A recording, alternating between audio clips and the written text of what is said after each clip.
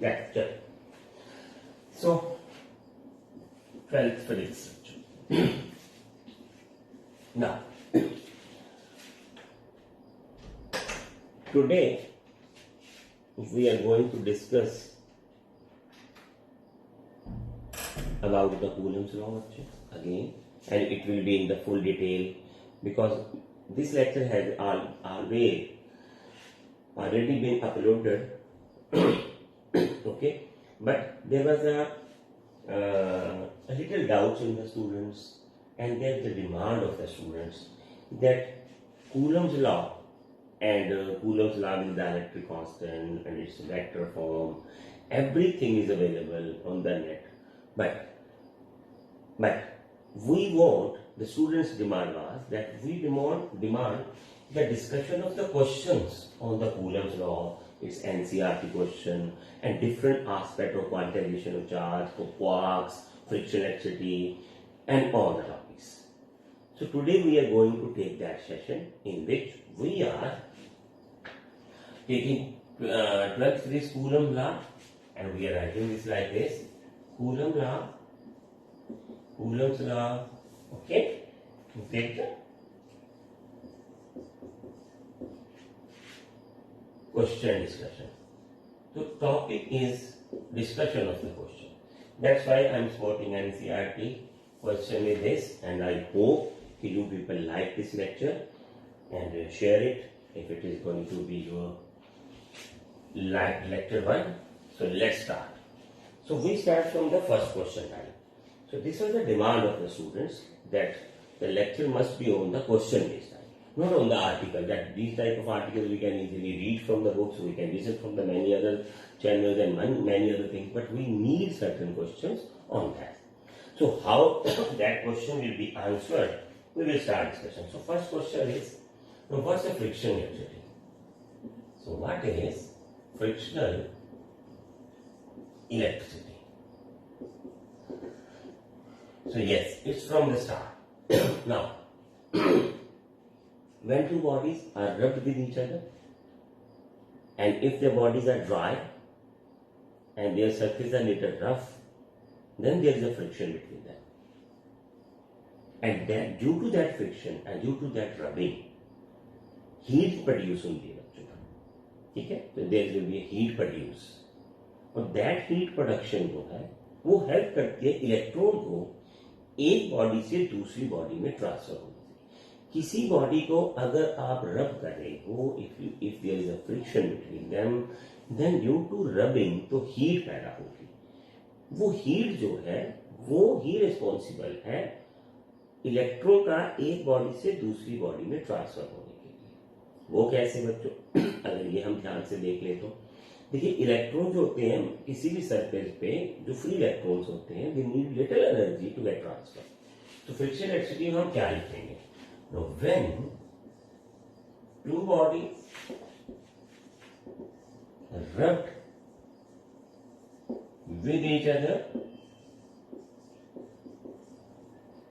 ठीक है, rubbed each other, they produce heat due to friction, and that heat helps electrons to get transferred from one body to other. अब ये देखिए बच्चों, इसमें आपको क्वेश्चन बहुत सारे मिलेंगे, from one body to other body. तो हमें क्वेश्चन कैसे मिलते हैं बच्चों? क्वेश्चन ये मिलता है हमें, अगर हम देखें तो क्वेश्चन ये होता है कि अगर हम भी कॉम अवर ड्राई जो हेयर्स है, then there is a friction electricity. तो फ्रिक्शन इलेक्ट्रिसिटी जो है वो हीट की वजह से इलेक्ट्रॉन ट्रांसफर होने से पैदा होती है. तो ये पहला हमारा कॉन्सेप्ट है फ्रिक्शन इलेक्ट्रिसिटी. देखिए, फ्रिक्शन इलेक्ट्रिसिटी में हमने जो लाइन लिखनी है बच्चों, व्हेनेवर यू आर आस्क्ड, ये हीट शब्द वर्ड जो है, हीट शब्द जो है बहुत जरूरी है, ये बेसिक वर्ड है इसका. तो हम क्वेश्चन पे डिस्कशन कर रहे हैं बच्चों. क्वेश्चन तो हमें टेक्स्ट बुक से लेने ही पड़ेंगे ना, तभी तो डिस्कशन होगी, ठीक है. तो एक और था बच्चों का जो डिमांड थी, जो व्हाट्सएप पे बच्चों का हमें फीडबैक आ रहा है, उसमें यही था कि क्वेश्चन वाइज डिस्कशंस कम मिलती हैं, आर्टिकल्स मिल जाते हैं तो वो बहुत सारे इंपॉर्टेंट पॉइंट्स जो हैं वो छूट जाते हैं, या हमें पढ़ने पड़ते हैं, या हमें फिर ढूंढने पड़ते हैं। तो वो हम कोशिश करेंगे कि इसी लेक्चर में सारे पॉइंट्स जो हैं वो कवर अप हो गए। तो ये है फ्रिक्शन इलेक्ट्रिसिटी का अपना पार्ट है जो बॉडी से इलेक्ट्रीफाइड हो जाएगा। ठीक है, तो ये आगे करते हैं, आगे और पार्ट करते हैं। तो ये आ गया पहला पार्ट हमारा। ठीक है, यहाँ से चल पड़ा। अब यहाँ से हमें याद रखना पड़ेगा, अब ये एक और बड़ी बात है बच्चों, वो हम लिखेंगे कि जब टू बॉडीज रब की जाती हैं with each other, then there are आप देख सकते हो देयर आर मैनी थिंग्स कि एक बॉडी पे चार्ज जो फिक्स आता है, तो यहां से उन्होंने दो चार्ज पता कर लिए। तो फ्रिक्शनल इलेक्ट्रिसिटी, ठीक है, इसमें से हमें चार्ज का पता चला कि दैट बॉडी में जो चार्ज होता है, चार्ज वर्ड डाला गया, इसमें बॉडी में अट्रैक्ट करने की पावर आ जाती है। जब com is pass through the dry hairs, it can attract the small pieces of, क्या होता है, paper. So that means there are attractive power comes in the electric, क्या है, due to electricity। तो उसे प्रॉपर्टी को बोला हमने चार्ज, और चार्ज को हमने दो तरह से डिवाइड कर दिया, पॉजिटिव एंड नेगेटिव चार्ज। अब पॉजिटिव और नेगेटिव चार्ज का मीनिंग क्या है, ये ध्यान से समझना। देखिए, मैं एक छोटी सी बात आपसे और कर लेता हूं, चलिए कर ही लेते हैं बच्चों, है ना। देखो, ये जो हम वर्ड यूज कर रहे हैं ना, इलेक्ट्रॉन, ध्यान से सुनना बच्चों, ये जो वर्ड हम यूज कर रहे हैं इलेक्ट्रॉन, बार बार कूलम्स लॉ में, कि चार्ज इज क्वांटाइज, ये फलाना, ये वाला, ये तब था ही नहीं जब ये लॉ आए थे। जब फ्रिक्शन इलेक्ट्रिसिटी आया था तब ये था ही नहीं कुछ ऐसा। मतलब पॉजिटिव नेगेटिव चार्ज तो था, बट वो पॉजिटिव नेगेटिव चार्ज किसकी वजह से था ये नहीं आया था तब तक। आप थोड़ी बात समझ रहे बच्चों, बात हम ये कर रहे हैं कि चार्ज तो है बॉडीज में, बट चार्ज में इलेक्ट्रॉन का वर्ड की एंट्री, तो सर डेविड थॉमसन के एक्सपेरिमेंट्स हुई थी, वो तो हुआ था 1895 में जाके 93 में। कूलम्स लॉ, मैक्सवेल की थ्योरी, इलेक्ट्रिसिटी की थ्योरी तो बहुत पहले आ चुकी थी। तो तब वो शब्द जो वर्ड था वो इलेक्ट्रॉन था ही, वो चार्ज के ही काम कर रहे थे। ठीक है, तो एक बॉडी नेगेटिव चार्ज की होती है, एक बॉडी पॉजिटिव चार्ज की, ये था तब। अब यहां से हम कहते हैं कि इलेक्ट्रॉन ट्रांसफर हो गया ड्यू टू हीट, तो हम लिखते ही ऐसे, ये तो टेक्स्ट बुक है हमारी, हम तो लिखेंगे ऐसे क्योंकि हमें बताया ही ऐसे गया है। बट हम ये बोलेंगे कि नेगेटिव पार्टिकल्स जो हैं, वो नेगेटिव पार्टिकल्स जो होते हैं वो ट्रांसफर हो जाते हैं जो एक बॉडी से दूसरी बॉडी पे, इस तरह से टू टाइप्स ऑफ चार्ज जो है वो आने शुरू हो जाते हैं। समझ लगी बात। तो ये है हमारा फ्रिक्शन इलेक्ट्रिसिटी का एक छोटा सा पॉइंट। ठीक है, तो इसमें हम आगे चलते हैं बच्चों। आगे हम एक छोटा सा क्वेश्चन और ले लेते हैं। ठीक है, यहाँ एक है, एक और एक छोटा सा क्वेश्चन है, and this question has been asked in the exam. तो वो बोलते हैं कि ड्राई हेयर कॉम, जो ड्राई हेयर कॉम है वो इलेक्ट्रिसिटी प्रोड्यूस करती है, गिव्स चार्ज। ठीक है, wet hair comb no charge. तो वेट हेयर कॉम में कोई चार्ज नहीं है। वो क्यों नहीं है बच्चों? Basically there is no friction. ठीक है, वेट हेयर में कोई फ्रिक्शन नहीं है। फ्रिक्शन नहीं है तो कॉम करने से तो चार्ज नहीं आएगा ना। अगर फ्रिक्शन नहीं है तो उसकी वजह से क्या होता है कि जो चार्ज है, बार बार वर्ड आ रहा दिमाग में, बोल देता हूं इलेक्ट्रॉन, तब था नहीं, हम बोलेंगे चार्ज ट्रांसफर ही नहीं हुआ था। ठीक है, तो चार्ज जो है ट्रांसफर नहीं हुआ। देखिए, आप सोचिए, डाल्टन का लॉ आ चुका था। डाल्टन का लॉ था एटम कैनोड बी सब डिवाइडेड। अब डिवीजन तो है वो जे थॉमसन सर ने स्टार्ट की थी। ठीक है, तो उसके पहले तो कूलम्स लॉ बन चुका था ना। तो हम क्या करेंगे, यहां मानेंगे कि चार्ज जो ट्रांसफर नहीं होता। ठीक है, तो ये आपको ध्यान रखना है, ये वाला। चलिए आगे देखते हैं बच्चों, छोटा सा एक काम और ले लेते हैं। तो काम एक और क्या है, vehicle carrying inflammable material usually है metallic rock touching on the ground, why? तो क्वेश्चन है व्हीकल कैरिंग इनफ्लेमेबल, ठीक है, material has metallic rock touching to ground, rock touching to ground, तो ग्राउंड को टच कर रही है ये रोक उनकी, तो वो मटेरियल जो है वो फ्लेमेबल है हाईली।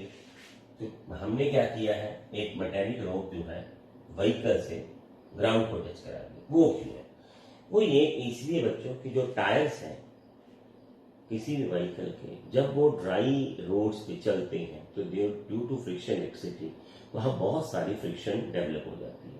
अब उस फ्रिक्शन की वजह से जो चार्ज का अकोमुलेशन है वो धीरे धीरे व्हीकल पे इकट्ठा होना शुरू हो जाता है, क्योंकि चार्ज तो सरफेस पे रहता है, वो चार्ज ट्रांसफर हो जाता है। तो वो चार्ज बॉडी जो है धीरे धीरे फिर वो आग या फायर को पकड़ सकती है, ठीक है, क्योंकि स्पार्क पैदा हो गया तो फिर फ्लेम जो आपका फ्लेमेबल जो मटेरियल है वो बर्न हो सकता है। तो इसके लिए क्या करते हैं, हम मेटालिक रोड लगा देते हैं।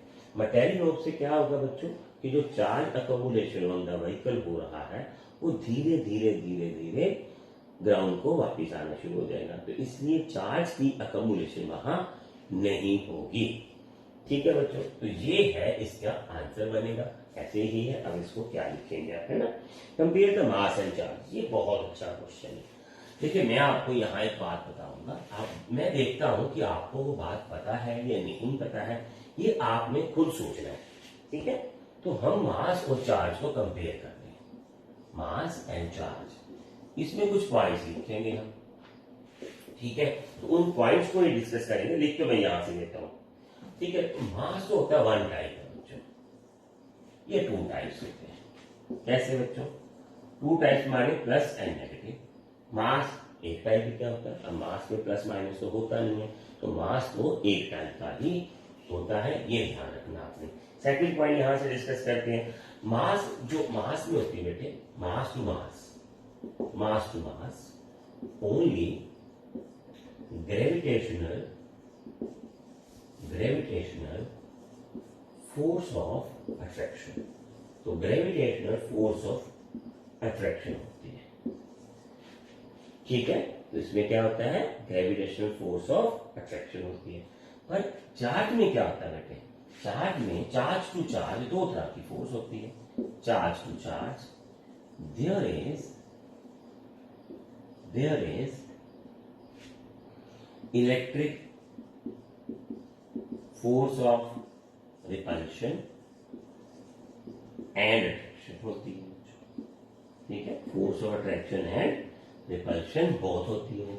यहां ओनली अट्रैक्शन होगी, यहां रिपल्शन एंड अट्रैक्शन दोनों होती है। जैसे सेम चार्ज एक दूसरे को रिपेल करते हैं और ऑपोजिट चार्ज एक दूसरे को अट्रैक्ट करते हैं। तीसरा पॉइंट हम डिस्कस कर लेते हैं बच्चों, क्या बात है वो, जो ये दोनों एडिटिव है, mass and charge are additive. ये भी एडिटिव है, यानी एक मास, ये लिख लेते हैं बच्चों। आप बोलोगे ये तो सेम है, डिफरेंस तो है, हम डिफरेंस कर भी नहीं रहे बच्चों, हम तो मास और चार्ज को साथ के साथ कंपेयर कर रहे हैं। कुछ प्रॉपर्टी सेम भी आएंगी, जैसे एडिटिव नेचर, यहां इसको समझो। देखो एडिटिव और एडिटिव बोलने का मतलब क्या है, मास को हम एल्जेब्रिकली ऐड करते हैं, 5 ग्राम 2 ग्राम 7 ग्राम, नो डायरेक्शन। चार्ज को भी ऐसे ही एल्जेब्रिकली ऐड करते हैं, +2 कूलम 7 कूलम, पर यहां एक दिक्कत और भी है, +-2 कूलम, तो ये आएगा 3 कूलम। ये है एडिटिव का मतलब, एल्जेब्रिकली ऐड करना, मतलब plus sign of charge consider करना है। Charge does not depend upon the direction, वो हमने लेना है बच्चों इसमें, ठीक है। इसको आपने ध्यान से देखना है। नेक्स्ट पॉइंट ले लेते हैं बच्चों, मास इज वेरिएंट। ये बहुत अच्छा पॉइंट है, मास जो वेरिएंट होता है और ये जो चार्ज होता है वो इनवेरिएंट है। अब मैं आपको बताता हूँ, आप में से बहुत सारे बच्चों ने पॉइंट सुन लिया होगा, तो आई गेस 90% बच्चों को ये पॉइंट अभी तक पता नहीं लगा होगा। देखिए, उनमें से वो भी हैं जिन्होंने कूलम लाकर लेक्चर सुन रखे हैं, कर लिया है क्वेश्चन, और शायद इस पे टेस्ट भी हो चुका होगा। पर ये पॉइंट बहुत अच्छा पॉइंट है, ये शायद डिस्कशन में आया ही नहीं होगा। तो इसीलिए तो मैंने कहा ना कि कुछ बच्चों की डिमांड ये थी कि आप इसको जो है क्वेश्चन वाइज डिस्कशन दें, क्योंकि आर्टिकल्स तो हम पढ़ रहे हैं। तो मैंने अपने सारे जो वीडियो लेक्चर्स हैं वो question wise discussion, articles, numericals, conceptual के हिसाब से बनाए हैं। क्योंकि वो कहते हैं कि आर्टिकल्स के हिसाब से तो यूट्यूब पूरा भरा पड़ा, बहुत सारा कुछ है, तो कुछ थोड़ा डिफरेंट भी दो। तो डिफरेंट यही है, वो डिस्कस द क्वेश्चंस हियर, वो डिस्कस द आर्टिकल्स हियर, वो डिस्कस द एनसीईआरटी क्वेश्चन, वो discuss the numericals also for topic wise, वो सब होता है। चलो, वेरिएंट का मतलब है, तो वेरिएंट का मतलब है ये वाला v square by c square. ये था बच्चों एक Einstein theory of relativity. Einstein ये बोलता है कि मास की वैल्यू में ड्यू टू वेलोसिटी, ये c तो स्पीड ऑफ लाइट है, v is the velocity of the body with which it is moving, कि मोशन से मास में फर्क आता है। देखिए, हम मानते हैं कि mass of a body is fix and constant, नहीं वेरिएट होता है बच्चों। तो यहां कोई फर्क नहीं है, no change in velocity, no change with velocity, no change with velocity. Velocity के हिसाब से कोई बदलाव नहीं होता। वेरिएंट का मतलब है स्पीड से बदलना, और इनवेरिएंट का मतलब है कि स्पीड से नहीं बदलता। चार्ज मूविंग हो तब भी चार्ज उतना ही रहेगा, चार्ज रेस्ट पे है तब भी उतना रहेगा। बट अगर चार्ज मूविंग है, मास मूविंग है, तो मास रेस्ट मास होता है, am not is a rest mass, ये रेस्ट मास। तो ये डिफरेंट आएगा विद वेलोसिटी। ये आपको अच्छे से ये पॉइंट पता होना चाहिए, ठीक है। तो आगे चलते हैं बच्चों, ठीक है। तो ये पॉइंट सारे आप नोट करोगे, आई होप नोट करो तो ज्यादा बेटर है बच्चों, इसमें आपको अच्छा लगेगा, ये याद रहेगा फिर, ठीक है। पॉइंट्स बन जाएंगे आपके। आगे देखिए, ठीक है। अब जो मास के अराउंड है बच्चों, वो बनती है gravitational field, gravitational field around the mass, around the mass. But इसमें एक दिक्कत है बेटे, which is of short range. अब इस पे तो आपने बच्चों डिटेल में कर रखा है, ये तो आपने ग्रेविटेशन पढ़ के आए हैं +1 में, तो ये शॉर्ट रेंज होती है, ठीक है। और ये क्या है, इलेक्ट्रिक फील्ड होती है, और ये लॉन्ग रेंज होती है। कौन सी, इसकी लॉन्ग रेंज, यानी चार्ज अपना इफेक्ट थोड़ा दूर दिखाता है। चार्ज जो है अपना इफेक्ट जो है थोड़ा दूर दिखाता है, उसको हमने याद रखना बच्चों, ठीक है। तो ये आपने पॉइंट सारे डिस्कशन कर लिए हैं, ये आपको ध्यान रहेगा, ये समझने वाली बात थी, ठीक है। तो ये आपको ध्यान रखेगा। तो आगे हम एक छोटा सा क्वेश्चन और ले लेते हैं बच्चों। ये देखिए, मैं अभी ना मैं क्वेश्चन लिखता हूं बेटे, तो ये आता है state the properties of electric charge. तो ये state the properties of electric charge आप सुन लीजिए, ये पंजाब बोर्ड में 2009, 11 और 12 में पूछा गया। तो वो सारी जो प्रॉपर्टीज इधर लिखी थी वो ये सब, ठीक है। देखो, एक छोटा सा बात है जो हमें करनी है चार्ज की प्रॉपर्टी में। Charge, total charge in universe is conserved, but charge can be created or destroyed. Charge को हम डिस्ट्रॉय कर सकते हैं, क्रिएट कर सकते हैं। Energy can not be created और डिस्ट्रॉयड, बट चार्ज जो है वो डिस्ट्रॉयड और क्रिएट कर किया जा सकता है। यानी कहीं भी चार्ज को प्रोड्यूस किया जा सकता है और कहीं भी चार्ज को खत्म किया जा सकता है। Conserve, but charge can be destroyed और क्रिएटेड, ये होता है। हम चार्ज को क्रिएट भी कर सकते हैं, हम चार्ज को डिस्ट्रॉय भी कर सकते हैं। आपको एग्जाम्पल दो पहले, ये तो आपने वही है पॉइंट लिखा था बोल दिया और वही बोल के समझा दिया। अब इसको सिर्फ 2 क्वेश्चन की वेट करें, डिटेल में समझाऊंगा आपको कैसे क्रिएट होता है, कैसे डिस्ट्रॉय होता है। ठीक है, 2-3 क्वेश्चन की वेट करें, ये पॉइंट की डिस्कशन हम बड़ी सारी करेंगे। एक बहुत बढ़िया एनसीईआरटी क्वेश्चन है इस पे, वो क्वेश्चन हम करेंगे, फिर ये आप आगे देख पाओगे इसको। ठीक है बच्चों, चलिए नेक्स्ट देखते हैं। पार्ट 1 हमारे पास है। तो what is the mass of electron having total charge 1 coulomb. What is mass of electron having 1 coulomb charge. तो ये हमारा जो डिस्कशन का इसमें टॉपिक है, कि न्यूमेरिकल्स में हमने इस पार्ट को डिस्कशन किया हुआ, फिर भी आप दोबारा देख लीजिए। देखिए ठीक है, 1 कूलम चार्ज चाहिए। अब ये है हमारे पास इतने कूलम का चार्ज जो होता है वो 1 इलेक्ट्रॉन पे होता है बच्चों। ठीक है, एंड दैट इज 9.1 10⁻³ किलो। इतने कूलम चार्ज इलेक्ट्रॉन वाला इतने पे होता है, पर इसका कूलम लॉ से कोई लेना देनी है, कूलम लॉ के बनने के बाद हमने निकाला। तो इतना आएगा, 1 कूलम चार्ज के लिए इतने किलोग्राम चाहिए हमें। ठीक है, तो आपको ऐसे डिवाइड करना पड़ेगा, ये केजी में मिलेगी, इतने किलोग्राम हमें चाहिए if we take 1 coulomb of charge. इसी तरह से ये आ जाता है how many electrons are present in 1 gram. तो ये सारे हमने लेक्चर में, सेकंड लेक्चर में डाला हुआ है, वहां डिस्कशन हो रखी है। अब एक क्वेश्चन आगे आता है बच्चों। हाँ, तो चार्ज इज क्वांटाइज्ड, ये डिस्कशन करते हैं। चार्ज इज क्वांटाइज्ड, इसकी डिस्कशन करते हैं। चलिए, अब मैं आपको एक छोटी सी बात बताता हूं। ये जो क्वेश्चन है ये आया था, ये क्वेश्चन आया था बच्चों 1900 में, यानी कूलम लॉ के बनने के नियरली 70 to 80 ईयर्स बाद, 80 ईयर्स के बाद जो है ये क्वेश्चन उनको दिखा था और उनको पता चला था। क्वांटाइज का क्या मतलब होता है, पहले तो ये समझना। क्वांटाइज का मतलब ये होता है बच्चों कि हम जो क्वांटिटी हम सोच लें चार्ज की, वो नहीं ले सकते। We are not free to have any amount of charge जो हम सोच सकते हैं। तो ये वर्ड आया कहां से था, क्वांटाइज। देखिए, ये वर्ड आया था when atom is further subdivided. Atom is further subdivided. Atom is further subdivided. अब आप यहां से देखते जाओ, तो डिवाइड हुआ बच्चों प्रोटॉन में, इलेक्ट्रॉन में और न्यूट्रॉन में।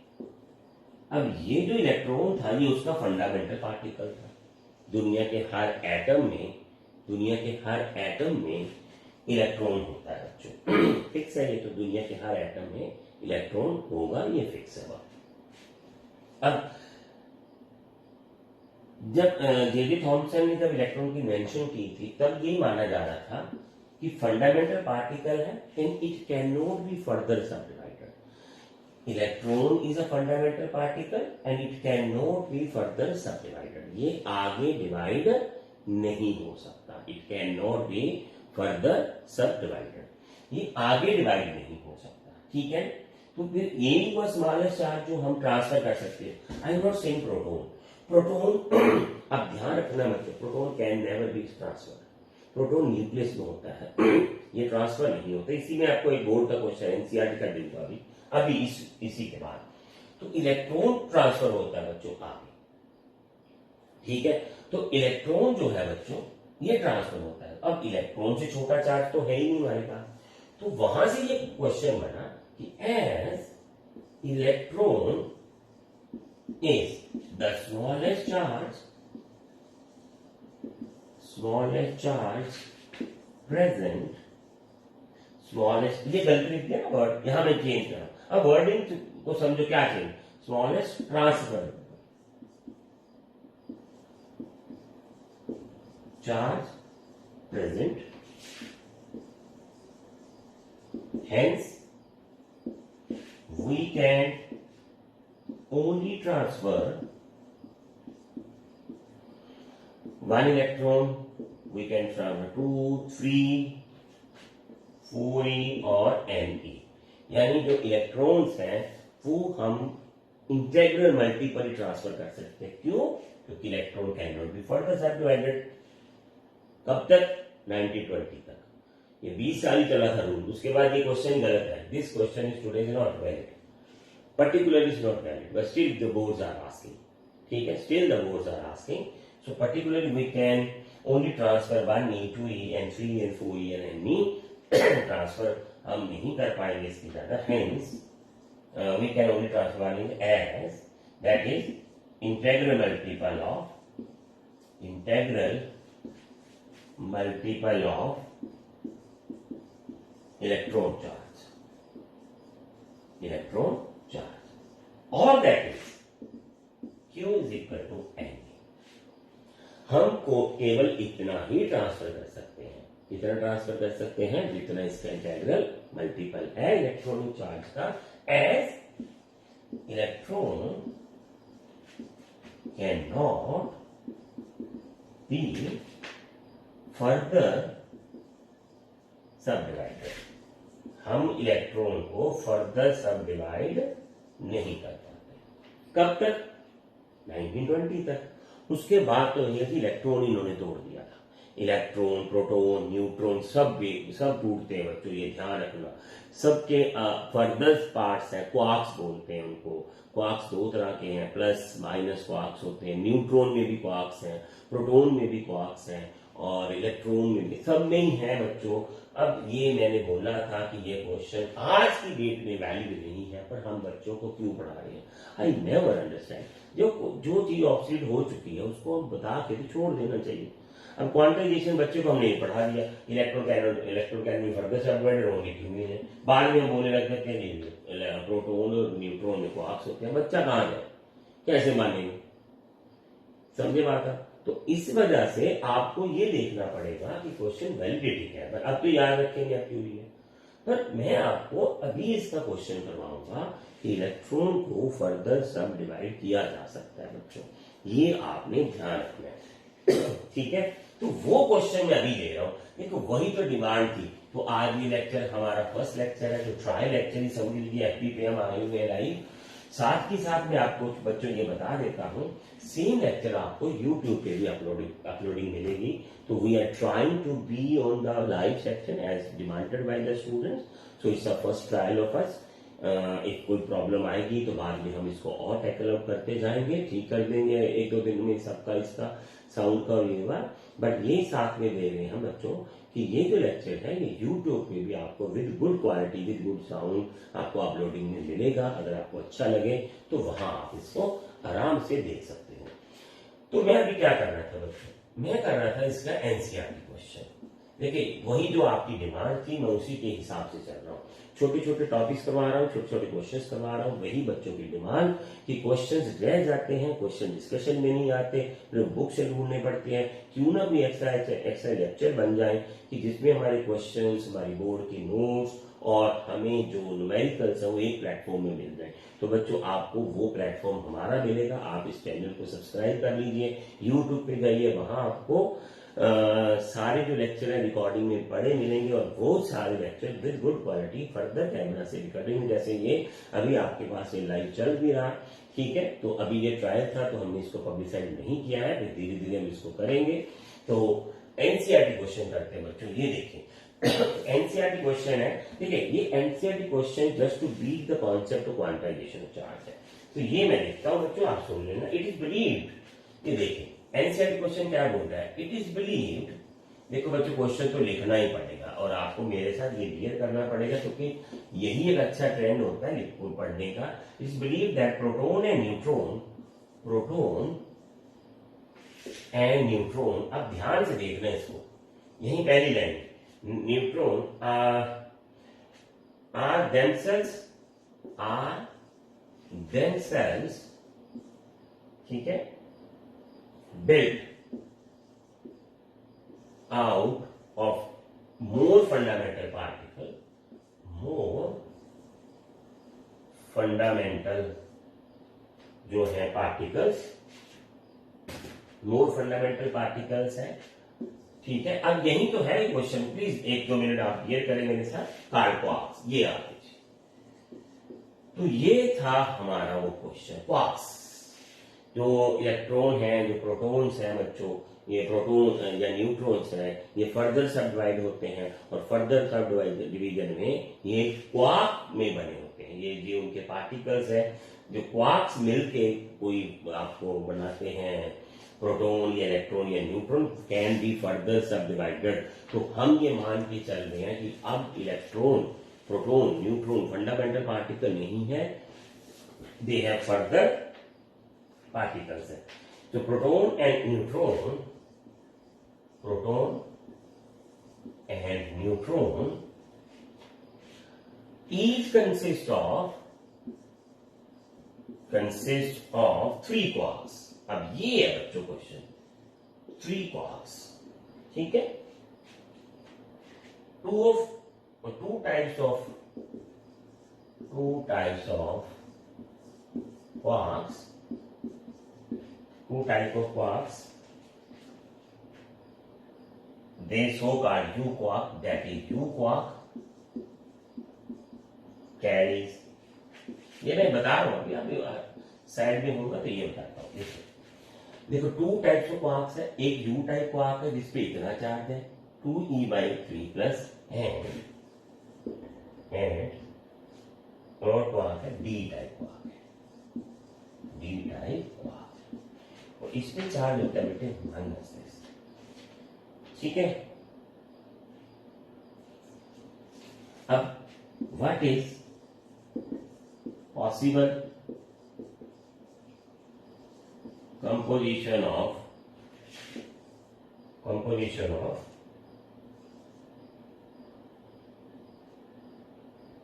प्रोटॉन एंड न्यूट्रॉन, ये देखिए। ठीक है, तो and 1 type of quark is this, ये 2 टाइप क्वार्क्स है तो U क्वार्क्स है, एक 1 टाइप क्वार्क है, D टाइप क्वार्क्स है। अब पहले ले लीजिए प्रोटॉन। तो प्रोटॉन में क्या है बच्चों, देखिए m + n = 3। कैसे बच्चों, m ये 2 type quark, n 1 type quark, total quarks कितने हैं अपने पास, 3 चार्ज आएंगे इसमें से। ठीक है, ये ध्यान रखना बेटे। और बिल्टअप चार्ज जो है हमारा वो इलेक्ट्रॉन जितना है। ठीक है, इसमें हमने जोड़ा है, ये 3 टाइप्स ऑफ क्वार्क है, 2 टाइप, ये एक है m + 3, और ये चार्ज रहेगा आपका E। मान लीजिए ये चलो आपने तो दे दिया ये क्वार्क्स में, अब इसको चार्ज फॉर्म में देते हैं, 2 + 1 टाइप ऑफ चार्ज है। अब ये अगर 2 + 2e + 3, अभी देखते जाओ बच्चों, आप घबराओ मत, अभी 1 मिनट में हो जाएगा। E आया 1 या E charge, sorry 1 E charge क्यों आया, देखिए प्रोटॉन जो है बेटे उस पर चार्ज जो होता है वो +E जितना होता है, फाइनल चार्ज तो वही है, वो तो हमें पता ही है, फाइनल चार्ज वही है। तो ये 2 क्वार्क का चार्ज है, ये 1 क्वार्क का चार्ज है, टोटल चार्ज है E इज इलेक्ट्रॉनिक चार्ज। तो हमें इसमें कुछ कंपोजिशन को पता करना है बच्चों। ठीक है, तो ये 2 टाइप्स है, ये यहाँ m, या मान लीजिए m + n, तो ये m ले लेते हैं, सॉरी m और n, यही बनता है ना m + n। हमें पता ही नहीं ना ये कितने हैं, ये कितना है, ये नहीं पता। तो अब इसकी सेटिंग करो बच्चों, तो ये आ गया 2m - n = 3, यानी 2 टाइप ऑफ जो एक क्वार्क है U क्वार्क है जो, ठीक है, U क्वार्क जो है वो कितने हैं और D क्वार्क इसमें कितने हैं, पर टोटल क्वार्क तो जो था वो 3 क्वार्क्स थे। ठीक है, अब ये टोटल क्वार्क्स बनते हैं, इनका सम 3 बनता है। ये कैसे आएगा, अगर हम m को 2 ले लें और n को 1 ले लें तो हमारा काम हो जाएगा, 4 - 1 3 आ गया। इसका मतलब 2 तो U क्वार्क है, 2 U quark and 1 D quark, 1 D quark आ गया। ठीक है, तो ये मिलके प्रोटॉन बना देंगे हमारा। अब फिर m + n तो वही रहेगा, इसमें भी 2 टाइप ऑफ क्वार्क है और एक 1 टाइप ऑफ क्वार्क है, मतलब 3 क्वार्क है टोटल। अब ये हमें देखना है कि कौन सा कितने टाइप ऑफ क्वार्क। अब जब अब बात करें न्यूट्रॉन की, तो न्यूट्रॉन में यहां आएगा 0 बच्चों, बाकी वही करेगा। ये भी आएगा 0, तो इसको जो हटा, ठीक है, 0 ही आएगा। ये आ गया अपने पास, ये फिर वहां पे आएगा चार्ज 0 आएगा। और अब क्या लेंगे बच्चों, अब m ले, न्यूट्रॉन की बात है, न्यूट्रॉन में m1 n2, यानी न्यूट्रॉन में एक तो ये होगा और दो ये होंगे। अब दोबारा फिर सुनो, n+n3 क्यों लिखा है, उसने लिखा है कि जो भी प्रोटॉन है या न्यूट्रॉन है वो 2 टाइप ऑफ क्वार्क्स लेता है और एक 1 type of quark d type होता है, ठीक है। 2 टाइप्स ऑफ क्वार्क है, उसमें u वाले या d वाले कोई भी क्वार्क्स है, 2 टाइप और 1 टाइप क्वार्क है। तो एक तो है u टाइप क्वार्क हमारे पास 2e+3 और एक है d टाइप क्वार्क।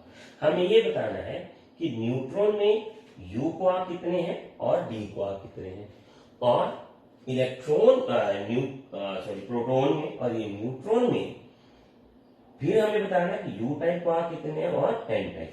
ये m तो है u टाइप क्वार्क और ये है d टाइप क्वार्क, ये दो आएंगे, ये एक आएगा, इससे बनेगा ये हमारा क्या बोलते हैं, एक न्यूट्रॉन और प्रोटॉन।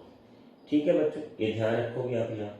तो फिर एक बार देख लीजिए, it is believed that proton and neutrons are themselves build out more fundamental particle called quarks. अब देखो, and proton neutron each consist of 3 quarks, ये लिखा हूं 3 क्वार्क्स, इसमें 3 क्वार्क्स होते हैं। तो ठीक है, 2 टाइप क्वार्क्स होंगे या 3 type, there are 2 types of quark, एक u क्वार्क है और एक d टाइप क्वार्क। तो हमें ये बताना है कि कौन सा क्वार्क कितने गुना है, ये वाली बात हमें करना था, ठीक है। तो ये आपको ध्यान से देखना है, m+3 ये आ गया। चलिए आगे देखते हैं बच्चों। तो इसका मतलब ये है कि हम ये मान के चलते हैं कि इलेक्ट्रॉन जो है वो अब क्वांटाइज नहीं है, उसके फर्दर पार्टिकल्स हैं, उसके फर्दर जो है अपने चार्जेस प्रेजेंट हैं, तो वो हम देखेंगे आगे बच्चों, ठीक है। ये ध्यान से आप देखते जाओ। नेक्स्ट क्वेश्चन देखते हैं बच्चों हम, जैसे ये देखें, ये क्वेश्चन ध्यान से देखें बच्चों, ये क्वेश्चन बहुत अच्छा क्वेश्चन है। Now does the quantization of charge mean total number of charge particle conserved,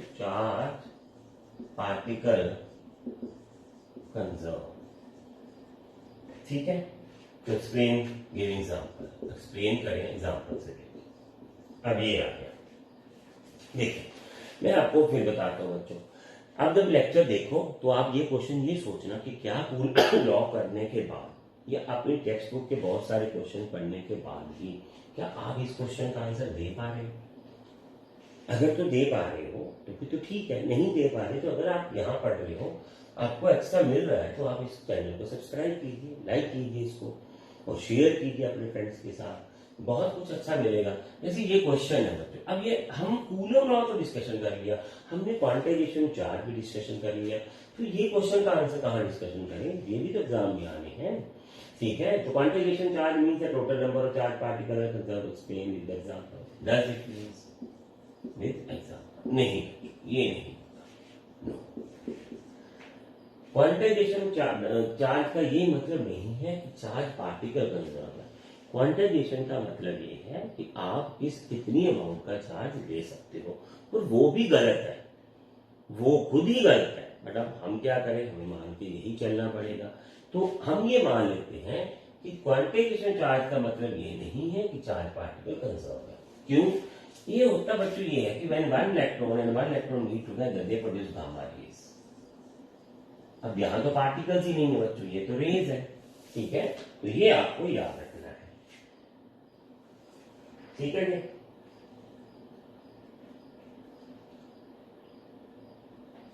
पता लग गया?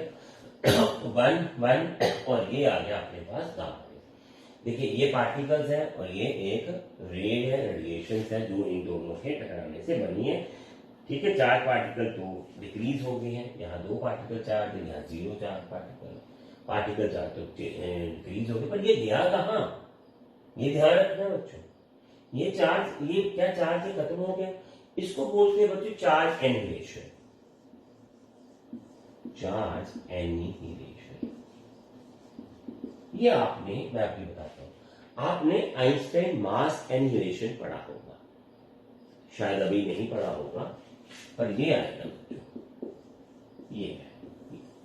आइंस्टाइन ये बोलता है कि व्हेन ए मास, जो मास के अंदर है, किसी भी मास के अंदर जो एनर्जी है वो कितनी है, इसको पता किया जा सकता है, is equal to M C square के साथ। इसको बोलते हैं मास एनर्जी इनहिलेशन, यानी अगर कोई भी मास सी वेलोसिटी से चलेगा तो उतनी एनर्जी उसमें आएगी, वो उतनी एनर्जी में चला जाएगा। इसी तरह से ये चार्ज एनिहिलेशन के एग्जांपल है, ये कई बार एग्जाम्स में पूछा हुआ है, आईआईटीज में या कंपटीशन एग्जाम्स में। चार्ज एनिहिलेशन होता है when two charges combine together they give out radiations, energy radiation। तो जो पार्टिकल्स हैं, वो जो पार्टिकल्स होते हैं वो डिक्रीज होके एक टोटल एनर्जी की फॉर्म बना लेते हैं, इसको देखना है। एनिहिलेशन का मतलब ये है कि पार्टिकल, जो चार्ज पार्टिकल है वो खत्म हो जाता है, डिस्ट्रॉय हो जाता है, यहाँ मास हो जाता है। अब फिर मैं वही बोल रहा हूँ, क्या आपको ये लगता था कि क्वांटाइजेशन में ऐसा क्वेश्चन आप आंसर कर पा रहे हो? ठीक है, तो यही डिमांड थी जो स्टूडेंट्स की, हमने खुद से नहीं बनाया ये। अब उन्होंने बोला कि हमें क्वेश्चंस वाला एक लेक्चर चाहिए, कुछ बच्चों ने व्हाट्सएप पे बोला, तो हमने वही बनाने की कोशिश की है। कुछ क्वेश्चंस तो बहुत अच्छे समझ आ रहे होंगे अभी आपको, तो आप देख लो, ये एफबी पे भी लाइव चल रहा है आपका, साथ ही साथ ही यूट्यूब में बाद में अपलोड हो जाएगा। फिर लाइव ऑन द एफबी, तो ये चले, ठीक है। अभी एक क्वेश्चन और है बच्चों, ठीक है। ये आ गया बच्चों, explain the law of conservation of charge. Explain the law of conservation of charge. Explain the law of conservation of charge. ये अभी किया था, कुछ पार्ट तो हमने कर लिया, फिर मैंने दोबारा क्यों करवाया। देखिए ये इसलिए बच्चों की, एक तो ये क्वेश्चन है एनसीईआरटी का, और एक ये पंजाब बोर्ड 2006 में है, बोर्ड में पूछे हुए क्वेश्चन है बच्चों, ये देख लो आप।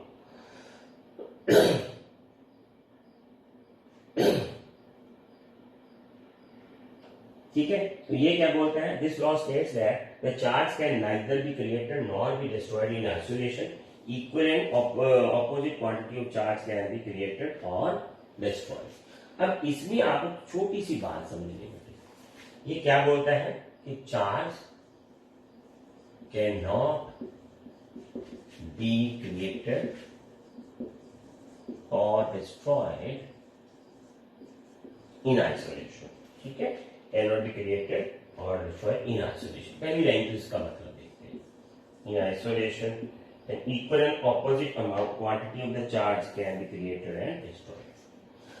देखो, equal and opposite quantity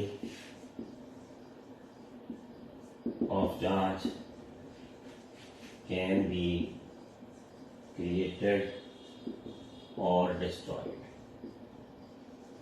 ठीक है, ये बहुत बड़ी लाइन है बच्चों, ये मैं फिर बोलने वाला मैं ये हूं कि क्या आपने ये क्वेश्चन पहले सुना है? हर बार मैं क्वेश्चन का नाम ले रहा हूं, आप क्वेश्चंस की डिस्कशन की डिमांड करने वाले जो स्टूडेंट्स हैं वो बहुत अच्छा किया उन्होंने कि हमने क्वेश्चंस की काम करना है। ये पंजाब बोर्ड, ये हमारा सेंटर भी पंजाब में है, तो ये क्वेश्चन आया, बच्चे इसको करते हैं नहीं करते, ये देख लो। Charge can not be created और डिस्ट्रॉयड इन आइसोलेशन। आइसोलेशन का मतलब ये बच्चों कि आप अकेला चार्ज ले लो, जैसे ये आपने ये चार्ज ले लिया इलेक्ट्रॉनिक चार्ज, तो आप इसको ना तो क्रिएट कर सकते हो ना डिस्ट्रॉय कर सकते हो, ये तो ऐसे ही पढ़ा लेगा, फिर नहीं होगा इसका कुछ। तो फिर क्या कर सकते हो आप, equal opposite quantity of the charge can be destroyed, ठीक है, equal and opposite quantity of charge can be destroyed. Gamma radiation अभी किया था ना, अब ये दोनों ने मिलकर डिस्ट्रॉय होकर रेडिएशन बना दिया, इक्वल ऑपोजिट। तो ये था वो कहने का मतलब। Similarly gamma radiation can be force to give us back. अभी मैं एक और, इक्वल एंड ऑपोजिट अमाउंट जो है वो चार्ज को डिस्ट्रॉय करता है। अभी हमने क्वेश्चन देखा, देखिए 1 u quark to d quark gives us 0 charge. ठीक है, क्यू का क्या था 2e प्लस 3 माइनस 2e, ठीक है, ये आ गया प्लस, यहाँ प्लस लिख लो माइनस लिख लो, एक ही बात, ये माइनस लिख लो, ऑपोजिट है ना, ये तो दिखाना नहीं था, ये तो 0 आता है, और ये दोनों मिलके डिस्ट्रॉय कर रहे, 0 कर रहे चार्ज, ये समझे बात है। तो charge, law of conservation charge बहुत डिफरेंट है मास से। मास can neither be created nor be destroyed, वो भी आइंस्टाइन की वजह से खतरे में है। ठीक है, तो ये आता है बेटे conservation. NCERT question Punjab board में पूछा हुआ, ठीक है, एनसीईआरटी क्वेश्चन है पंजाब बोर्ड में पूछा हुआ। Charge can neither be created not be destroyed in isolation. अकेला चार्ज क्रिएट और डिस्ट्रॉय नहीं होता, ठीक है, अकेला चार्ज क्रिएट और डिस्ट्रॉय नहीं होता। Equal and opposite quantity of the charge can be created और डिस्ट्रॉयड। अब equal and opposite quantity charge radiation बन गया। अब रेडिएशन को यहां से पैदा किया जा सकता है, समझे बात। इसी तरह से हमने क्वार्क का किया था, अभी इसके पहले जो क्वेश्चन किया था वो क्या था, 1 u quark and 2 d quark. वो कहते हैं u क्वार्क में चार्ज होता है 2e/3 और d क्वार्क में चार्ज होता है -e/3। अब अगर 1 u ले लें और 2 d क्वार्क ले लें तो 0 आ जाएगा। इसका मतलब क्या हुआ, दोनों ने मिलके 0 चार्ज करे, दोनों डिस्ट्रॉय हो गए। तो कंजर्वेशन ऑफ चार्ज मास वाला नहीं लिख सकते, डिफरेंस। अब उस डिफरेंस को नोट करना है। And really I am thankful to the student जिन्होंने ये डिमांड की। अब क्या होता है बच्चों, जब आप डाउट पूछते हो, जब आप क्वेश्चंस में इंटरेस्ट दिखाते हो, जब आप लेक्चर्स में इंटरेस्ट दिखाते हो और आप एक अच्छे स्टूडेंट्स की तरह से कुछ टॉपिक्स की डिमांड करते हो, तो वो पूरी करने से टीचर और टीचिंग में इंप्रूवमेंट्स आती है। तो पहले ये डिस्कशन में नहीं लिया था, अब लिया है, ठीक है। तो आप इसको आप ऐसे समझो कि this is also helpful for the teacher. अभी मैंने बोला ना, अभी ट्रायल में चल रहे हैं, एफबी पे लाइव आ रहे हैं साथ साथ, और यूट्यूब पे भी यही लेक्चर अपलोड होगा, और with better quality and with better sound. We will be again back on Wednesday, ठीक है। तो वहां से फिर हम फिक्स टाइमिंग कर देंगे आपके लिए कि आप डेली हमसे बात कर सको, अपने क्वेश्चंस, अपने एडवाइसेस या अपनी जो सजेशंस हैं वो कमेंट बॉक्स में दो। अगर डाउट्स बन रहा हो, अगर बात आपके साथ समझ ना आ रही हो, तो हम आपसे वो बात करते चलेंगे, ठीक है। मैं साथ साथ कमेंट्स भी देख रहा हूँ, अभी तो आजकल तो कम ही आ रहे हैं, पहला लेक्चर है, वो इसलिए भी है क्योंकि हमने इसको किसी को पब्लिसाइड या इसको टाइमिंग दी नहीं थी। This was for the sake of trial and we are doing that, okay. चलिए आगे देखते हैं बेटे।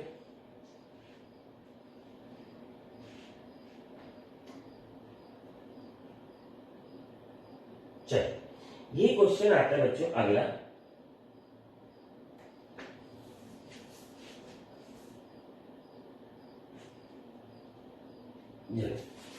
ये क्वेश्चन मैं देखता हूं बच्चों, ये बहुत अच्छा क्वेश्चन इसीलिए लिया है। देखो आपने केमिस्ट्री में पढ़ा होगा E/m रेशियो, इसको बोलते हैं charge by mass ratio. How it changes with speed. अब ये लाइव सेक्शन है, अगर स्टूडेंट्स होते तो मैं आपसे क्वेश्चन ये पूछता कि कैन यू आंसर, आप कमेंट बॉक्स में लिख के बता भी सकते थे yes we know this answer. तो आई होप कि अगर आपने लाइव सेक्शन स्टार्ट से देखा है तो आप इसको आप आंसर दे पाएंगे। बट अदरवाइज अगर आपने ये अभी आज वाला लाइव सेक्शन नहीं देखा, आपने ओनली कूलम्स ना पढ़ा हुआ है, तो बहुत कम स्टूडेंट्स होंगे जो इसका आंसर दे पाएंगे। मैं वही बोल रहा हूँ कि क्वेश्चन अलग चीज है और ये अलग चीज है, कोई आर्टिकल्स पढ़ना, तो ये अलग चीज है। तो हमने जो चार्ज की प्रॉपर्टीज की थी, तो ई इज इनवेरिएंट, ठीक है, ये तो इनवेरिएंट है। इनवेरिएंट क्या होता है कि जो वेरी ना करे विद स्पीड।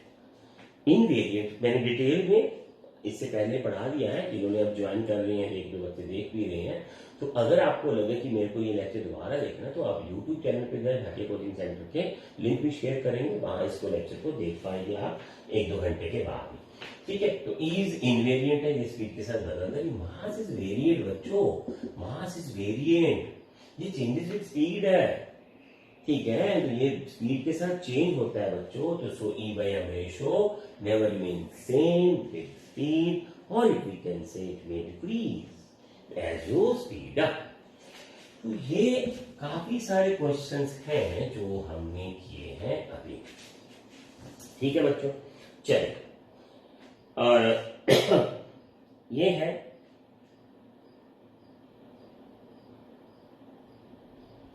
ठीक है।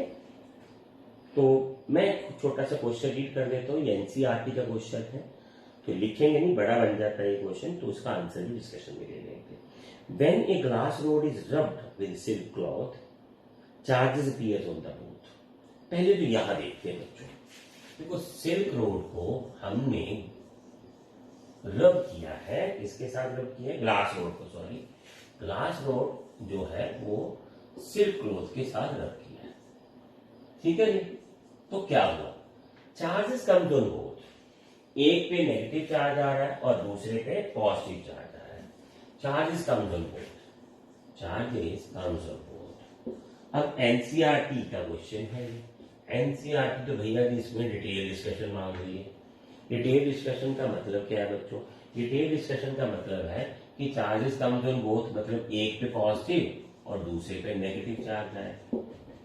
अब जो नेगेटिव चार्ज आया है, जिस बॉडी पे नेगेटिव चार्ज आया है, उस बॉडी को बोलते हैं सरप्लस ऑफ इलेक्ट्रॉन। अब यहां बोलते हैं डेफिशिएंसी ऑफ इलेक्ट्रॉन। अब बोलोगे ये क्या हुआ सर, इस पे तो पॉजिटिव चार्ज है, आपने ये क्यों नहीं लिखा सरप्लस ऑफ प्रोटॉन। तो मैंने आपको बोला था बच्चों, मैंने आपको बोला था कि प्रोटॉन जो है वो नहीं जाते, proton is the part of nucleus. अब न्यूक्लियस अपना चार्ज जो है वो डिस्कशन में नहीं देता है बच्चों, ठीक है, न्यूट्रॉन जो है अपना चार्ज डिस्कशन में न्यूक्लियस नहीं देता है, तो ओनली फ्री इलेक्ट्रॉन जो आउटर सरफेस पे है वही ट्रांसफर होते हैं। जहां इलेक्ट्रॉन जाते हैं सरप्लस हो जाते हैं, नेगेटिव चार्ज होते हैं, उतना ही पॉजिटिव चार्ज यहाँ डेफिशिएंट हो जाता है। ये पहला क्वेश्चन है जो एनसीईआरटी बोल रहा है। अब अगर दो चार्ज ये क्रिएट हुए, क्या ये क्रिएशन ऑफ चार्ज है? Is this a creation of charge? Is this a creation of charge? No, creation of charge. क्या चार्ज हमने क्रिएट कर लिया बच्चों? नो। क्यों? क्योंकि ये तो एक ही बॉडी का चार्ज है, हमने ट्रांसफर ही तो किया चार्ज बस, तो चार्ज को हमने कैरी नहीं किया है, इसको हमने ध्यान से देखना है बच्चों, ठीक है, क्रिएट नहीं किया है, ये ध्यान से देखना आपने, तो आपको ये पता चल गया होगा। देखें, कूलम लॉ से पहले क्वांटाइजेशन, ये वाले सब क्वेश्चन डिस्कशन में ले लिया हमने, अच्छे से ले लिए, ठीक है, तो ये ध्यान रखना आपने। अब चलते हैं बच्चों कूलम लॉ पे, ठीक है, ये ध्यान रखोगे आप। तो कूलम लॉ जो है वो डिस्कशन में लेते हैं अब हम, ठीक है, तो क्या है, चलिए कूलम लॉ कर लेते हैं बच्चों। अब ज्यादातर जो बच्चे हैं कूलम्स लॉ पढ़ते हैं बच्चों, तो कूलम लॉ क्या है बच्चों, ये है टू चार्जेस बॉडी है, plus q minus q, placed at distance r. तो कूलम ने क्या देखा कि दो चार्ज बॉडीज है, they exert force on each other, and that force of जो अट्रैक्शन और रिपल्शन, हमने दोनों प्लस के ले लिए माइनस के ले लो, कोई दिक्कत नहीं है, that force of attraction is और रिपल्शन इज, ठीक है, product of two charges and square of distance between them, very simple, कोई दिक्कत नहीं।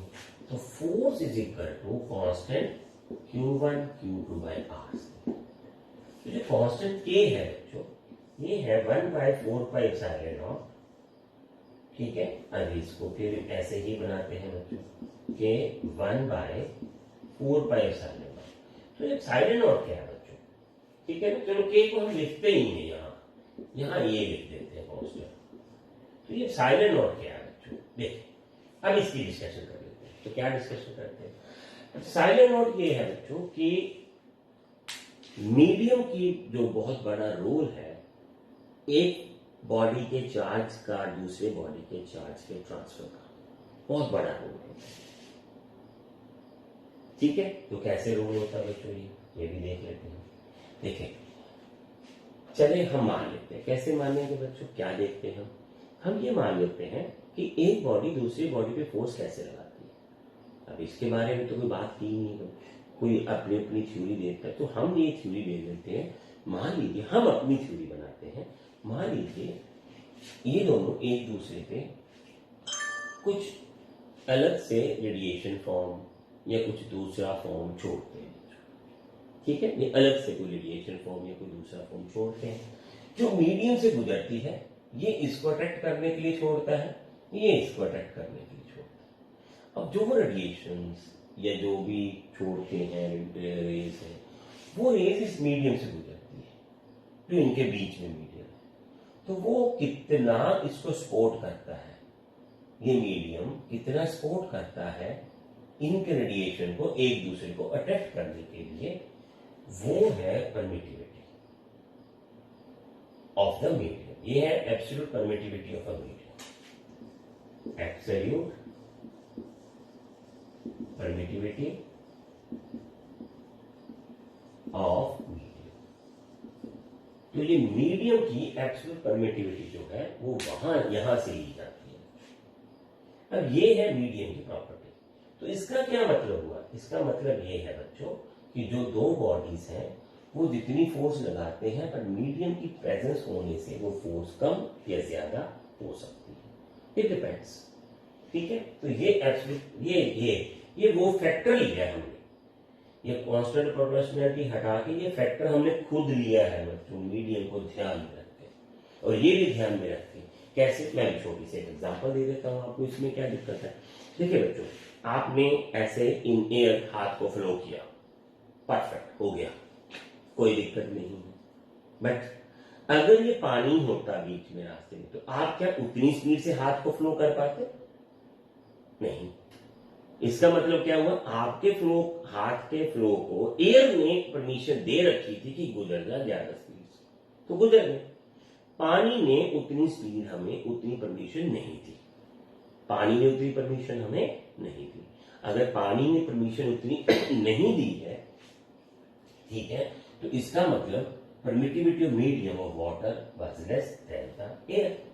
तो ये वो फैक्टर होता है। इसका मतलब ये हुआ कि ये है वैक्यूम का, when charges are placed in vacuum. तो ये तो अगर वो मीडियम में होंगे बच्चों, तो ये आएगा 1/4πε Q1 Q2 by R square. बाकी फॉर्मूले में फर्क नहीं आएगा, only difference between this and this is the permittivity of medium of. तो ये है actual permittivity of vacuum. Medium भी बोलो, वैक्यूम बोलो, क्या दिक्कत है? इसको समझ लगी बात? अब इन दोनों को डिवाइड करते हैं, F vacuum by F medium क्या आएगा आपके पास आएगा बच्चों, ये कट कटा के इसको ऊपर रख लो, इसको नीचे रख लो, तो कट कटा के आएगा ई बाय एप्सिलॉन। ये F vacuum by F medium की रेशियो को ई बाय एप्सिलॉन नॉट बोलेंगे, और इसको बोलेंगे E R, relative permittivity of medium, और K directly constant of the medium. इसको बोलते हैं बेटे relative permittivity of medium,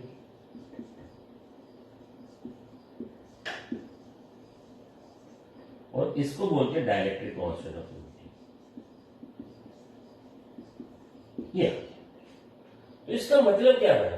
अगर हम इसको ले लें ऐसे, एफ मीडियम निकाले यहां से, तो ये बन गया अपने पास एफ वैक्यूम बाय के। इसका मतलब क्या हुआ? इसका मतलब ये हुआ कि किसी मीडियम का जितना डायरेक्टली कांस्टेंट है, डायरेक्टली कांस्टेंट क्या है कि अब यहां देखो डायरेक्टली कांस्टेंट क्या है, ई बाई ई नॉट। तो ई बाई ई नॉट क्या है हमारे पास?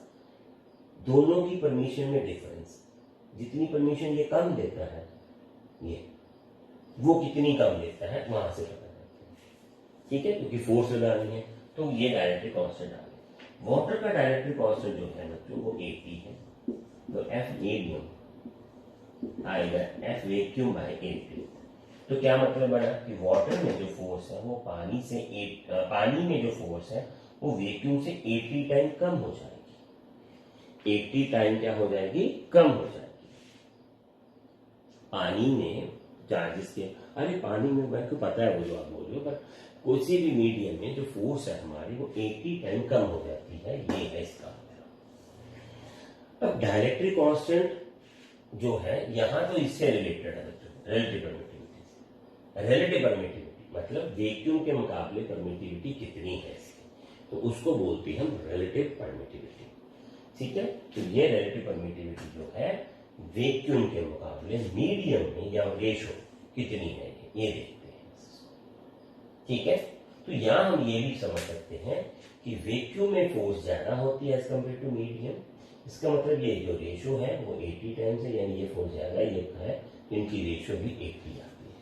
तो परमिटिविटी जो उसने देनी है बेसिकली वो 80 टाइम होती तो कम है, बट हम क्या मानते हैं इसको, ये वाला काम। ठीक है, तो ये है अपने पास डायरेक्टरी कांस्टेंट और कूलम लॉ का रिलेशन भी है। अब कूलम लॉ में एक क्वेश्चन और आ गया बच्चों, तो वो आ गया F is equal to 1/4πε0 Q1 Q2 by R।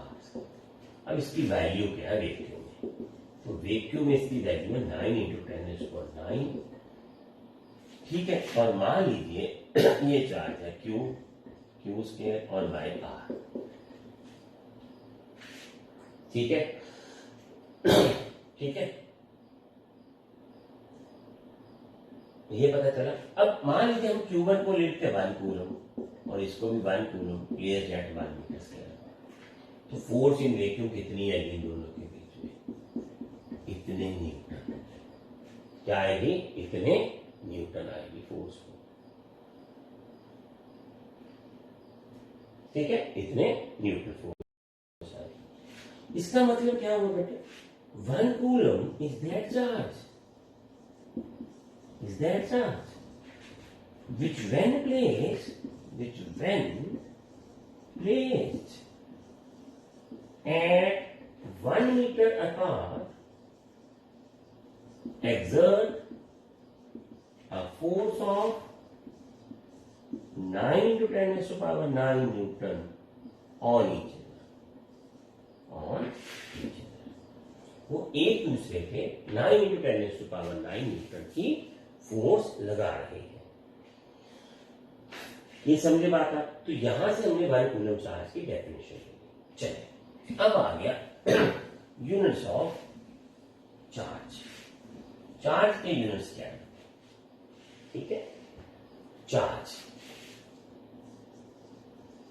के बेटे 2 यूनिट्स है, एक SI में है और एक है हमारे पास CGS सिस्टम।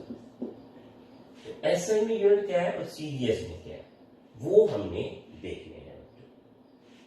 ठीक है, तो यहां तो है अपने पास कूलम और यहां है स्टैट कूलम। ठीक है, यहां कूलम है और वहां क्या है हमारे पास स्टैट कूलम चार्ज। ये समझने लगी बात है। अब इनका एक रिलेशन है, 1 coulomb charge is 3 × 10⁹ stat coulomb. एक कूलम में इतने स्टैट कूलम चार्ज होते हैं बच्चों। ये समझ लगा आपको बच्चों, ठीक है, तो ये ध्यान रखना। ये तो आपको क्लियर हो ही गया है ना, तो ये देखते हैं आगे। चले अब ये देखिए बच्चों, मैं क्वेश्चन लिख रहा हूं, आप उस क्वेश्चन को अच्छे से ध्यान से देखिए क्या है। क्वेश्चन क्या है बच्चों, प्रूव दैट। अभी आपको बोलोगे कि ये क्या कर दिया, ये प्रूव करना बच्चों, बताओ। ये क्वेश्चन एग्जाम का है बच्चों। This question has been asked in CBSE way back. तो उन्होंने क्या किया, जब बच्चों को, बहुत सारे बच्चों को ये पता होता है 1 कूलम में 3.3 × 10⁹ कूलम स्टैट कूलम, पर वो भी उनको पता होता है बच्चों जिन्होंने ये इसके न्यूमेरिकल्स किए होते हैं। तो हम इसको प्रूव करते हैं बच्चों। कैसे प्रूव करेंगे, ड्राइव करेंगे रिलेशन बिटवीन। तो हमारे पास फोर्स है ऐसे system, force is equal to 9 × 10⁹, ठीक है, और 1 कूलम 1 मीटर स्क्वायर, तो ये आ गया 9 × 10⁹ न्यूटन। और अगर हम इसको डाइंस में बनाए तो ये इतने डाइंस आएगा। ये देखिए, ये तो पता लग गया ना आपको। ये कह रहे 1 न्यूटन इज 10⁵ डाइन के इक्वल है, तो ये डाइन में आ गया आंसर, ये आ गया। ठीक है, अब इसी को हम अगर स्टैट कूलम में लिखें, अब मान लीजिए 1 कूलम जो है वो n स्टैट कूलम के इक्वल है, n स्टैट कूलम के इक्वल है, ये मान लीजिए आप। ठीक है, तो फिर ये कैसे आ जाएगा आपके पास, ये आ गया, तो फिर F is equal to n into n by 100 का स्क्वायर, ये मीटर आ गया आपके पास। ठीक है, तो वो मीटर की जगह पे सेंटीमीटर रखना पड़ता है। ठीक है, तो n stat coulomb into n stat coulomb, और आपको यहाँ कुछ k दिखा नहीं है ना, क्यों नहीं दिखा है, क्योंकि SI में कांस्टेंट 9 होता है, डाइन और CGS में ये कांस्टेंट 1 होता है, ये ध्यान रखना, वो छूट गया था, वहां लिखा नहीं गया। तो SI में तो ये 9 इंटू 10⁹ कांस्टेंट है, ये वाला आ गया, तो आपके पास आ गया n square by this 4 dyne बन गए। अब दोनों फोर्सेस तो इक्वल ही आएंगे बच्चों, फोर्सेस तो डिफरेंस में आ नहीं सकती हैं, तो ये क्या बन गया अपने पास, फिर इनको दोनों को इक्वेट कर देते हैं बच्चों। ये 14 होना था, 5 होना था, 9 into 10⁻14 is equal to n square by 1000 dyne. तो यहां से आ गया 9 इंटू 10⁻18 n स्क्वायर डाइन। ठीक है, तो ये आ गया n स्क्वायर, तो डाइन में आ गया n कितना आ गया, 3 इंटू 10⁻, कितना आ गया बच्चों, 9 कूलम n।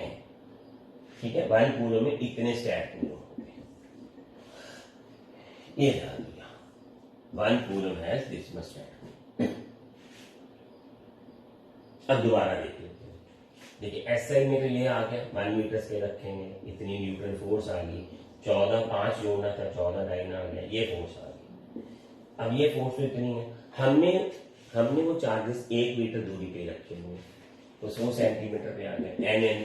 हमने मान लिया कि अब उसके जो स्टैट कूलम में चार्ज कितना लिखेंगे, n स्टैट कूलम लेंगे, क्योंकि हमने सारा CGS यूनिट कर दिया, तो ये कांस्टेंट 1 ले लेंगे, ये याद रखना है।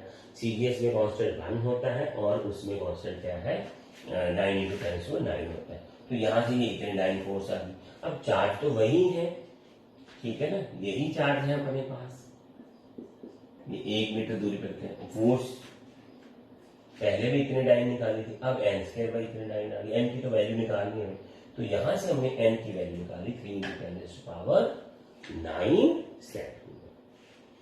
1 coulomb is equal to n stat coulomb is 1 coulomb is equal to 3 into 10⁻9 stat coulomb. ये पता चला आपको इतने स्टैट कूलम के इक्वल होगा, ये कूलम लॉ आपका।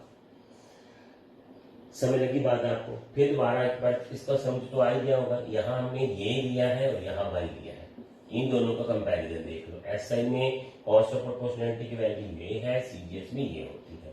यहाँ से डाइन कन्वर्ट कर लिया था, यहाँ हमने 1 कूलम की जगह पे n स्टैट कूलम डाल दिए और मीटर की जगह पे सेंटीमीटर, क्योंकि ये CGS सिस्टम में डाला है सारा कुछ, तो कांस्टेंट क्या आएगा, 1 आएगा।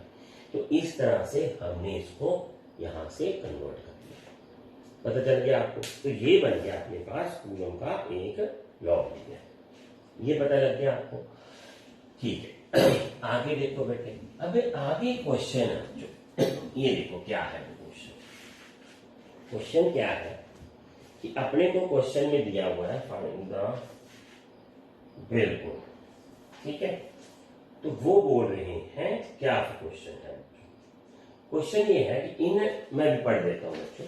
इन an experiment to demonstrate the Coulomb law of electrostatic force between a two charge body is measured at different distances and a graph is plotted between log f and log r।